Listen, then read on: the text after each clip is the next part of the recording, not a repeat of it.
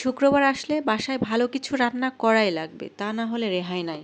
Hello everyone, আসসালামু আলাইকুম। কেমন আছেন সবাই? আশা করছি সবাই ভালো আছেন। আমিও আলহামদুলিল্লাহ ভালো আছি।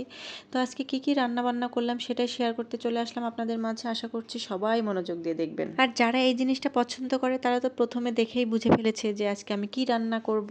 হ্যাঁ গাইজ, এটা হচ্ছে গরুর ভুঁড়ি ভুঁড়ি রান্না করব, আর স্পেশাল রুটি থাকবে ভুঁড়ির সাথে। আর একটা মজার বিষয় কি জানেন, আগে আমার আম্মুরা রান্না করেছে দেখেছি, ভুঁড়ি 4-5 দিন ধরে জ্বালায় জ্বালায় তারপরে রান্না করেছে। সেটা খেতে অনেক মজা লাগে, আসলেই মজা লাগে। আর আজকে নিয়ে এসেছে, আজকেই রান্না করে ফেলছি, এটাও মন্দ না।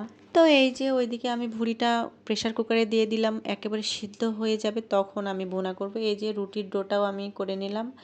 এইদিকে আমার হচ্ছে ভুঁড়িটা সিদ্ধ করা হয়ে গিয়েছে। আমি খুব ভালোভাবে মশলাটা কষিয়ে ভুঁড়িটা কিন্তু রান্না করে নিব। এই যে ভুঁড়িটা আমি খুব ভালো করে সিদ্ধ করে নিয়েছি, যেহেতু আজকেই নিয়ে এসেছি, কোনো রকম জ্বালাইনি। এই জন্য প্রেশার কুকারে দিলে হয় কি একটু নরম নরম হয় খেতে, তা না হলে কিন্তু সিদ্ধ একদমই হবে না। নারিকেলের দুধ দিয়ে রান্না করলে না আরও বেশি মজা লাগে। তো ফ্রিজে নারিকেল নাই, এই জন্য এমনিতেই রান্না করলাম, খেতে বেশ হয়েছিল। আর এইদিকে ঝুম বৃষ্টি শুরু হয়েছে, এত বৃষ্টি শুরু হয়েছে, এই বছরে মনে হয় বৃষ্টি আর ছুটি নিবে না। এত বৃষ্টি হলো, আমরা ছোটবেলায় দেখেছি এইরকম টানা বৃষ্টি হতে। তো যাই হোক, এদিকে বৃষ্টি দেখছি আর আমি এদিকে রান্না করছি, এত ভালো লাগছে। আর আমার জানালার একেবারে কাছ থেকে বৃষ্টি ছুঁয়ে যাচ্ছে, আবার একটু একটু করে আমার গায়ে এসেও পড়ছে বৃষ্টি, এত ভালো লাগছে। আমার তো মনে হচ্ছে আমার রান্নার জন্য এত তাড়াতাড়ি শেষ না হয়। তো আজকে তো অল্প কিছুই রান্না করেছি, মানে আমি আজকে শুক্রবার, উঠতে অনেক দেরি হয়ে গিয়েছে। 11টার সময় উঠেছি, তারপর রান্নাঘর ঢুকেছি, আর সকালে নাস্তা খেয়েছি আমরা 12:30টার সময়। ছুটির দিনে না আসলে এরকমই হয়, সকালে রান্না করার কোনো প্যারা থাকে না, মানে সকালে উঠেই রান্না করতে হবে, হাজব্যান্ডকে খাবার দিতে হবে, এই প্যারাটা থাকে না। তো এই জন্য আসলে দেরি করে ওঠা হয়ে যায়। তো যাই হোক, আমার বাচ্চারাও ঘুমাচ্ছিল, আমরা সবাই ঘুমাচ্ছিলাম, আর বাইরে খুব বৃষ্টি হচ্ছিল। তো বৃষ্টির দিনে তো ঘুমাতে বেশি ভালো লাগে। তো যাই হোক, এদিকে আমার রুটি টুটি বানানো প্রায় কমপ্লিট। এদিকে রুটি হচ্ছে বানাচ্ছি আর এদিকে ভাজতেছি, আর ওইদিকে আমার ভুঁড়িটাও হয়ে গিয়েছে, ভাজা মশলা দিয়ে নামিয়ে ফেলবো।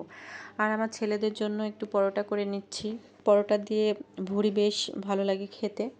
তো আমার হচ্ছে ভুঁড়িটা কিন্তু হয়ে গিয়েছে, এদিকে একটু ভাজা মশলাটা ভেজে নিচ্ছি। নিয়ে ভাজা মশলাটা না দিলে তো আসলে ভুঁড়ির টেস্টই পাওয়া যাবে না। সব কিছুরই, মাংস বলেন মাছ বলেন, একটু ভাজা মশলাটা দিলে হয় কি খুব সুন্দর দারুণ একটা ফ্লেভার আসে।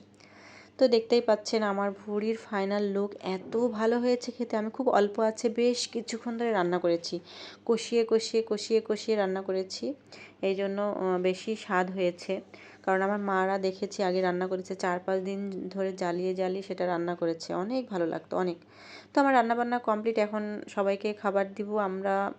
এত গরম লাগছে, মানে রান্নাঘরে বৃষ্টি হচ্ছে এই জন্য বেশি আরও গরম লাগছে। আগে বৃষ্টি হলে কাঁথা গায়ে দিয়ে ঘুমানো লাগতো, আর এখন বৃষ্টি হলে বেশি গরম লাগে।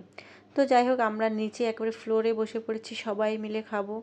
তো অনেক বকবক করেছি, আর বকবক করবো না। আজকে ভিডিওটা এই পর্যন্ত, সবাই ভালো থাকবেন। আমার ভিডিওটা কেমন হয়েছে অবশ্যই কমেন্ট করে জানাবেন। আর গরুর ভুঁড়ি কে কে পছন্দ করেন অবশ্যই কমেন্ট করতে ভুলবেন না। তো আজকে এই পর্যন্ত, আল্লাহ হাফেজ, সবাই ভালো থাকবেন, টাটা, বাই বাই।